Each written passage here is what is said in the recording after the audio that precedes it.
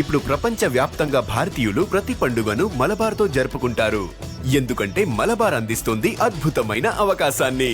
ఇది మీ పండుగలను మరింత ప్రత్యేకంగా చేస్తుంది. కాబట్టి ఇప్పుడు ఎక్కువ సేవింగ్, ఎక్కువ సంతోషాలు, ఎక్కువ సంబరాలు. ప్రతి పండుగకు Malabar gold and diamonds. Hi ma'am, నమస్తే. నమస్తే మేడం, చాలా వరకు చిన్నపిల్లలు మనం చూస్తూ ఉంటాం. ఎవరైనా పేరెంట్స్ అంటూ ఉంటారు, మీ ఇంట్లో వాళ్ళు నీకు డిసిప్లిన్ నేర్పించలేదా, స్కూల్లో వాళ్ళు నేర్పించలేదా, మీ గ్రాండ్ పేరెంట్స్ నేర్పించలేదా అని అంటూ ఉంటారు. అది డిసిప్లిన్ అనేది అసలు పేరెంట్స్ నుంచి నేర్చుకోవాలా లేకపోతే స్కూల్ నుంచి నేర్చుకోవాలా అనేది ఆ పిల్లలకు కూడా అర్థం కాదు. అసలు డిసిప్లిన్ అంటే ఏంటి అని వాళ్ళ ఒక అమాయకపు ఫేస్తో వాళ్ళు చెప్తూ ఉంటారు. అసలు డిసిప్లిన్ అనేది ఏ ఏజ్ నుంచి వాళ్ళకి వస్తుంది, అసలు ఎలా నేర్పించాలి అంటారు? డిసిప్లిన్ అందరికీ కావాల్సింది ఇదే. ఇది మనం ఎక్కువగా టీచర్స్ దగ్గర వింటూ ఉంటాము, పేరెంట్స్ దగ్గర వింటూ ఉంటాము. అసలు ఈ డిసిప్లిన్ అంటే ఏంటి, ఎక్కడ దొరుకుతుంది? ఎక్కడైనా దొరుకుతుంది అంటే పేరెంట్స్ అందరూ కూడా అట్ ఎనీ కాస్ట్ కొనడానికి రెడీగా ఉన్నారు కదా. ఇక్కడ అందరూ గమనించాల్సింది ఏంటి అంటే, డిసిప్లిన్ అనేది మన పేరెంటింగ్ స్టైల్లో మనం చేసుకునే చిన్న చిన్న మార్పుల వల్ల మన పిల్లల్లో ఇది మనం చూడొచ్చు. చాలామంది పేరెంట్స్ ఏం చేస్తారు అంటే, అందరూ ఆల్మోస్ట్ ఇలాగే ఉంటారు. మనం పిల్లల నుంచి చాలా ఎక్కువ ఎక్స్పెక్ట్ చేసేస్తూ ఉంటాం.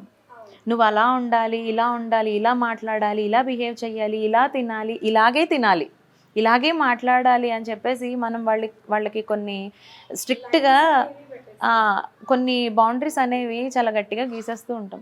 పేరెంట్స్ అందరూ ఆలోచించాల్సింది ఏంటి అంటే, వాళ్ళకి చెప్తున్నవన్నీ మనం ఫాలో అవుతున్నామా అని వాళ్ళ పేరెంటింగ్ స్టైల్లో ఒకసారి చెక్ చేసుకోవాలి.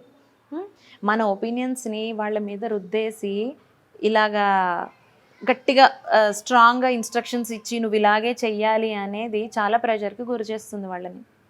సమ్టైమ్స్ ఏం జరుగుతుంది అంటే, మన ఓన్గా మనం నిర్ణయాలు తీసేసుకుని పిల్లలకి ఇంట్రెస్ట్ ఉందా లేదా అనేది చూసుకోకుండా కొన్ని యాక్టివిటీస్లో మన పిల్లలకి ఎప్పుడో ఒకసారి పేరెంట్స్ కనిపిస్తుంది, ఎప్పుడూ చదివే కాదు, ఎక్స్ట్రా కరికులర్ ఏదో ఒకటి ఉండాలి, అలా అని ఒక స్పోర్ట్స్లోనో ఒక మ్యూజిక్లోనో లేదంటే డాన్స్లోనో జాయిన్ చేస్తూ ఉంటారు. కొన్ని మంత్స్ అయిన తర్వాత ఆల్ ఆఫ్ సడన్ ఏం జరుగుతుందో తెలీదు, మాన్పించేస్తారు. ఇమీడియట్గా మాన్పించేయాలి. ఫస్ట్ వీళ్ళ బిహేవియర్లో చాలా చేంజ్ వచ్చింది అని చెప్తారు.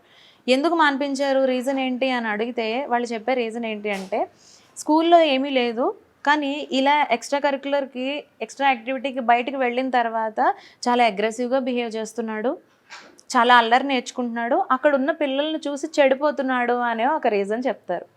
మరి అక్కడ ఉన్న పిల్లల కంటే కూడా స్కూల్లో ఎక్కువ మంది పిల్లలు ఉంటారు కదా, ఇక్కడ కంటే చెడిపోయే విషయాలు అక్కడ కూడా చూసి నేర్చుకునే అవకాశం ఉంది కదా. మరి స్కూల్ ఎందుకు మాన్పించరు? ఎందుకంటే స్కూల్ అనేది టైంపాస్కి కాదు, ఈ ఎక్స్ట్రా కరికులర్ ఎప్పుడూ కూడా టైంపాస్కి పెడతారు కాబట్టి ఇది చూస్ చేసుకునే చాయిస్ అనేది మనకుంది. సో అందుకని ఇలాంటి డెసిషన్స్, తప్పుడు నిర్ణయాలు తీసుకుంటూ ఉంటారు. పిల్లల్లో వయసు పెరిగే కొద్దీ వాళ్ళు పెరుగుతున్న ప్రాసెస్లో ఫిజియోలాజికల్ చేంజెస్ ఎలా వస్తాయో అలాగే సైకలాజికల్ చేంజెస్ కూడా వస్తాయి. ఆ చేంజెస్ జరిగే ప్రాసెస్నే మనం డెవలప్మెంట్ అంటూ ఉంటాం. ఈ డెవలప్మెంట్ ఎప్పుడైతే జరుగుతూ ఉంటుందో ఒక్కొక్కళ్ళు ఒక్కొక్క బిహేవియర్ని ఎగ్జిబిట్ చేస్తూ ఉంటారు. ఇవి వయసు ద్వారా వచ్చే మార్పులు అని గమనించుకోకుండా ఇలా మనం బయటికి పంపించడం వల్లే పిల్లలు చెడిపోతున్నారు అని తప్పుడు నిర్ణయాలు తీసుకుంటూ ఉంటారు. ఇంకోటి ఏంటంటే మేడం, ఇంట్లో ఎప్పుడైనా కొంచెం డిసిప్లిన్గా లేకపోతే ఫుడ్ విషయంలో కానీ ఏ విషయంలో అయినా సరే పేరెంట్స్ అనే ఫస్ట్ మాట, మీ స్కూల్లో టీచర్స్ నేర్పించట్లేదా, పోనీ స్కూల్లో కొంచెం అల్లరి ఎక్కువైనా లేకపోతే అక్కడ ఇంకేదైనా మీ ఇంట్లో మీ మదర్ ఫాదర్ నేర్పించలేదా అని. అంటే ఫాదర్ మదర్ ఏమో స్కూల్లో వాళ్ళేమో పేరెంట్స్ని అంటూ ఉంటే మరి అసలు పిల్లలు ఎక్కడ నేర్చుకుంటారు? ఫస్ట్ ఆఫ్ ఆల్ ఎగ్జాంపుల్, ఒక చిన్న ఇన్సిడెంట్ చెప్తా. ఒక 3-4 ఇయర్స్ అబ్బాయి ఎల్కేజీ చదువుతున్నాడు. వాళ్ళ పేరెంట్స్ వచ్చి, మా పిల్లలు ఇంగ్లీష్లో మాట్లాడట్లేదు, ఇంగ్లీష్ నేర్పించండి బాగా అని ఫోర్స్ చేస్తున్నారు. ఎవరిని? టీచర్స్ని. 4 ఇయర్స్ పిల్లడికి లాంగ్వేజ్ ఎంతవరకు డెవలప్ అవుతుంది? పదాలు ఇంకా అప్పుడప్పుడు వర్డ్స్ నేర్చుకుంటూ ఉండే ప్రాసెస్లో ఉంటారు వాళ్ళు. కంప్లీట్గా సెంటెన్స్ ఫార్మేషన్ అనేది కూడా చాలా మంది పిల్లలకి రాదు. ఆ పేరెంట్ ఇంట్లో వాళ్ళు మాట్లాడేది కంప్లీట్గా వాళ్ళ మదర్ టంగ్ వేరే లాంగ్వేజ్. ఇక్కడ టీచర్స్ని ప్రెషర్ చేస్తున్నారు. ఇక్కడ వాళ్ళకి పీటీఎంలో ఎంత ఎక్స్ప్లెయిన్ చేసినా ఒక విషయం అర్థం కావట్లేదు. ఇక్కడ ఉండే 2 అవర్స్లో కొన్ని వర్డ్స్ మాత్రమే నేర్చుకుంటారు. ఇంట్లో ఉండేది ఎక్కువ టైం, మరి అక్కడ తెలుగే మాట్లాడుతున్నారు కదా, సో అది ఎలా అలాంటప్పుడు- కంటిన్యూటీ ఉంటుంది? అక్కడ కూడా ఇంగ్లీష్ మాట్లాడితే వస్తుంది. అంటే స్కూల్లో ఇంగ్లీష్ నేర్పించరా అని కాదు, కొంచెం టైం టేకింగ్ ప్రాసెస్ కదా, మెల్లగా వస్తుంది.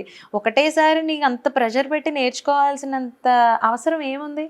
ఒకటి గుర్తుపెట్టుకోవాలి ఇక్కడ పేరెంట్స్ ఎవరైనా కూడా, మన మదర్ టంగ్ ఏదైతే ఉందో ఒక కాన్సెప్ట్ మనం నేర్చుకునేటప్పుడు మన మదర్ టంగ్లో నేర్చుకున్నట్లయితే చాలా బాగా నేర్చుకోగలము, చాలా బాగా ప్రజెంట్ చేయగలం. తర్వాతే వేరే లాంగ్వేజ్. ఆ కాన్ఫిడెన్స్ అనేది మన మదర్ టంగ్లో మాత్రమే ఉంటుంది. అసలు దీనికి డిసిప్లిన్కి, ఈ ఎక్స్ట్రా కరికులర్ యాక్టివిటీస్ ఏమైతే ఉన్నాయో వాటికి డిసిప్లిన్కి సంబంధం ఏముంది అనే క్వశ్చన్ రావచ్చు ఇక్కడ. మనం మాట్లాడుకునేది డిసిప్లిన్ అనే టాపిక్ కదా. అంటే డిసిప్లిన్కి దానికి ఏంటంటే ఇంట్లో కూడా అది ఉండాలి అనేది ఎగ్జాంపుల్ ఇక్కడ అని చెప్పొచ్చు మీరు చెప్పిన దానికి. అంటే ఎంతసేపు స్కూల్లో వాళ్ళు నేర్పించలేదా, స్కూల్లో వాళ్ళు ఇది చెప్పలేదా అది చెప్పలేదా అనే దాని బదులు ఇంట్లో మనం ఎంతవరకు ఉన్నాం పిల్లలతో ఆ విషయంలో అనేది కూడా చెక్ చేసుకోవాలి. సో మేడం, అసలు చిన్న పిల్లలకి డిసిప్లైన్ అనేది అసలు ఉంటుందా అంటే ఏం చెప్తారు మీరు? ఫస్ట్ పేరెంటింగ్ స్టైల్లోనే చెక్ చేసుకోవాలి. వాళ్ళకి తెలిసిన ప్రపంచాలు ఇల్లు, స్కూలు, ఇలా ఎక్స్ట్రా కరికులర్ ఏదైనా పెడితే, ఎక్స్ట్రా యాక్టివిటీ ఏమైనా పెడితే అక్కడ నేర్చుకునేవి కొన్ని ఉంటాయి. చాలామంది ఆలోచించేది ఏంటంటే పిల్లల్ని బయటకి ఇలా ఒక స్పోర్ట్స్ ఆర్ ఏదైనా జాయిన్ చేస్తే డిసిప్లిన్ ఉండదు, అక్కడికి వెళ్ళాక అగ్రెషన్ చూపిస్తున్నారు పిల్లలు అని చాలామంది తప్పుగా ఆలోచిస్తూ ఉంటారు. అది కరెక్ట్ కాదు. ఫర్ ఎగ్జాంపుల్, ఇప్పుడు ఒక స్పోర్ట్స్లో జాయిన్ చేసాము అనుకోండి పిల్లల్ని, ఆ స్పోర్ట్స్కి వెళ్ళి గేమ్లో జాయిన్ చేసిన తర్వాత అక్కడ వాళ్ళ కోచ్ దగ్గర హైరార్కీ మోడల్లో నేర్చుకుంటారు. అంటే ఏంటి, స్టెప్ బై స్టెప్ ప్రొసీజర్లో ఆ గేమ్ని నేర్చుకుంటారు వాళ్ళ కోచ్ దగ్గర. అక్కడ వాళ్ళకి నచ్చినట్టు ఆడడానికి ఉండదు. అంటే అక్కడ ఏం జరుగుతుంది, ఒకళ్ళ ఇన్స్ట్రక్షన్ని ఫాలో అవ్వడం అనేది వస్తుంది, ఒక ప్యాటర్న్ అనేది అలవాటు అవుతుంది. అండ్ సమ్ టైమ్స్ గేమ్ని చాలా క్రియేటివ్గా ఆడాల్సి వస్తుంది. అక్కడ క్రియేటివ్ స్కిల్స్ అనేవి డెవలప్ అవుతున్నాయి. అండ్ అక్కడ టీమ్ ప్లే అనేది జరుగుతుంది. ఏ మనిషి జీవితంలోనైనా టీం వర్క్ అనేది చాలా అవసరం. అక్కడ ఆ టీం వర్క్ అనేది నేర్చుకుంటున్నారు. దీని ద్వారా సోషలైజేషన్ అనేది అలవాటు అవుతుంది పిల్లలకి. సోషలైజ్ అవ్వకపోవడం వల్ల ఇప్పుడు చాలామంది పిల్లలు చాలా ఇష్యూస్తో సఫర్ అవుతున్నారు. అంటే ఇన్ని స్కిల్స్ మనం పిల్లల్ని బయటకు పంపించి ఒక ఎక్స్ట్రా కరికులర్ యాక్టివిటీ ఏదైనా, అది గేమ్స్ అవ్వనివ్వండి, డాన్స్ అవ్వనివ్వండి, ఏదైనా వాటిల్లో పెట్టడం వల్ల ఇన్ని స్కిల్స్ వాళ్ళలో మనం చూడొచ్చు. ఇవన్నీ కాదని బయటకు వెళ్ళడం వల్ల అది నేర్చుకుంటున్నారు, అగ్రెసివ్గా తయారవుతున్నాడు, చాలా నెగిటివ్ చూస్తున్నారే తప్ప పాజిటివ్ అక్కడ ఏం నేర్చుకుంటున్నారు అనేది ఐడెంటిఫై చేయట్లేదు.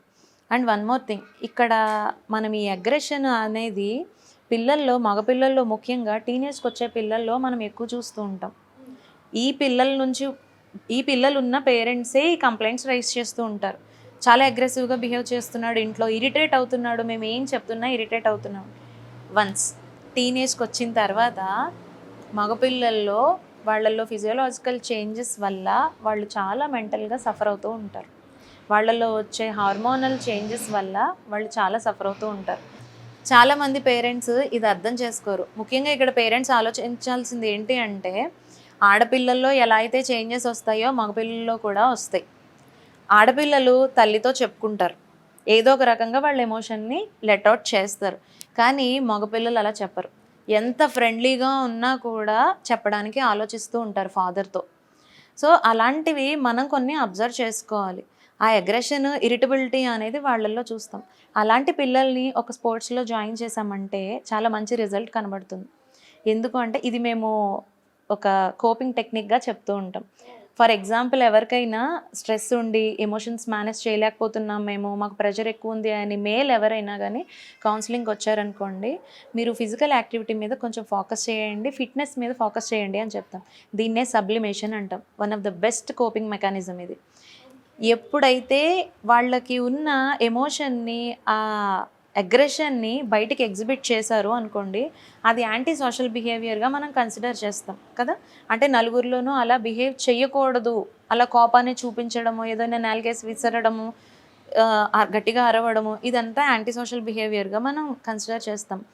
అదే అగ్రెషను ఇక్కడ గేమ్లోకి వచ్చేటప్పటికి చాలా కాన్ఫిడెన్స్ని పెంచుతుంది. రైట్.